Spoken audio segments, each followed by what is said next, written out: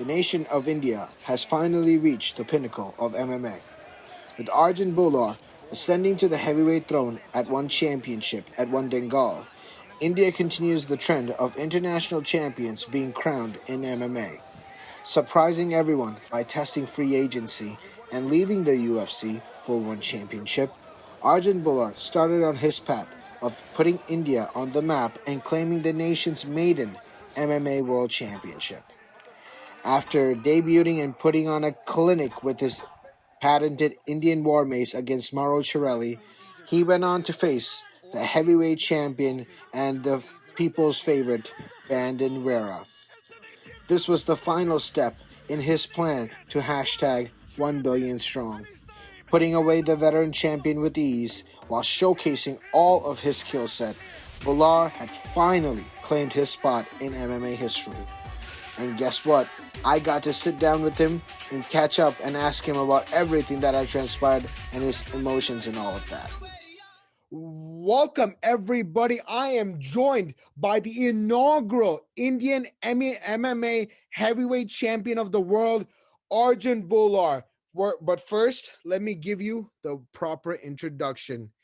Ladies and gentlemen, here he is, the reigning, defending, undisputed, one heavyweight champion of the world, Arjun Bhullar.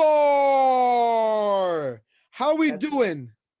We're doing great. We're doing great. I love how you called that. You got me hyped up, man. I'm ready to do this. Listen, for India right now, it's a tough time.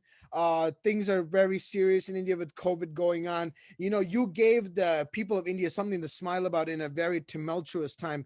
Coming off the victory against the heavyweight champion Brandon Vera, how does it feel? Are you still in shock of like, damn, I'm champion right now?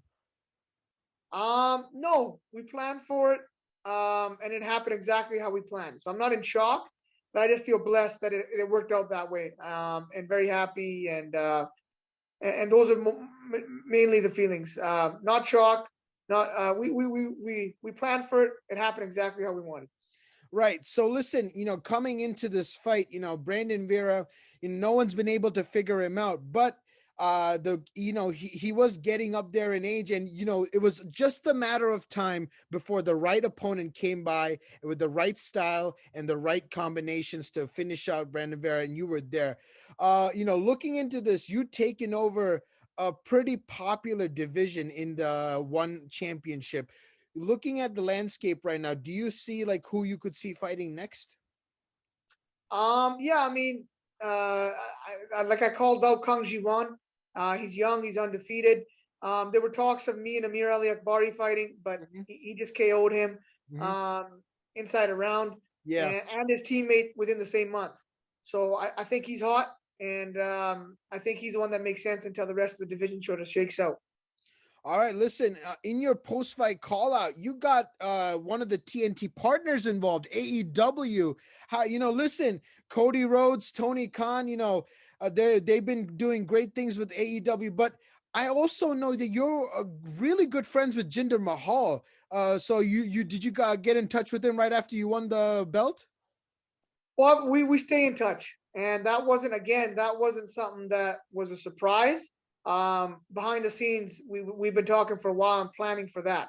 We plan to take out Vera. We plan to take out the pro wrestling industry, and that's what it is.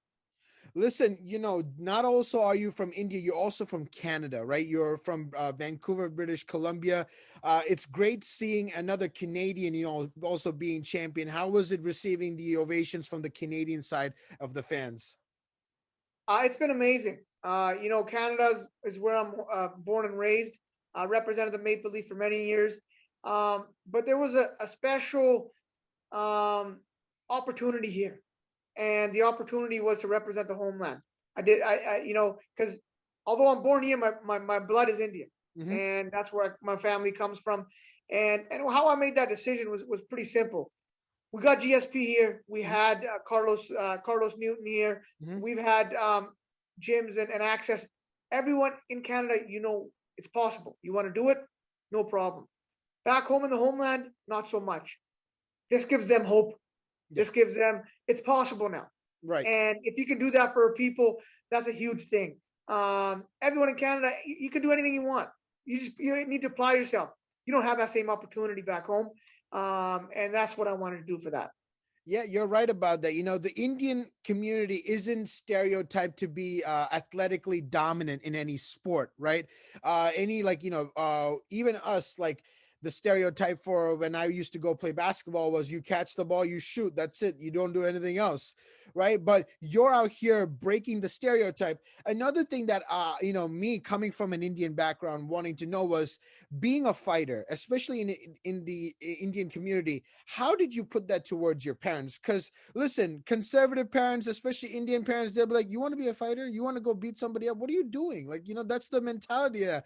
So let me ask you this. How was the, like, when you wanted to tell your parents, hey, I want to go to the Olympics, I want to be a fighter, I want to compete, how did they react? We know the life. My dad was a wrestler, very high level. Mm-hmm. So I'm not your typical. We're not your typical family. We know combat. We know international success and high level sports, what it takes. So it was, my dad's done this. We know what it takes, and we're gonna rinse and repeat and go higher and go further. So it was much easier for me. And I mean, to be able to want to do that, but the road wasn't easy. Mm-hmm. And then you got to get to work and actually make it happen. So right. Yeah, listen, like, one of the things that seems to happen is, like, when you're going out for a sport, they'll be like, oh, look at him, he's from this type of background, I don't think he will succeed. It happens a lot. But you were there to break the mold. Let me ask you another question. One of the very shocking things for me that I saw from you was not a lot of fighters, especially when they haven't made it big in the UFC, choose to make the transition from the UFC to another organization. But you broke the trend, and it didn't make headlines, but to me, it was a big key difference because look, you made the big change and now you're champion. So, what was the key decision in you moving from the UFC to join the One family? Key decisions. I always put myself first. I always have in life. No one's gonna take care of me better than me. And now I've got a family to take care of as well. So I always put me and us before everything. That's something I've learned just over the years. So I've trained at a high level for many years. I've been under bright lights. I've been in fancy, institutes for training and all that. None of that stuff gets me excited. What gets me excited is being a world champion. And within that, if I can also get there quicker, I can also lead a country. I can also popularize a sport. I mean, it's a no-brainer.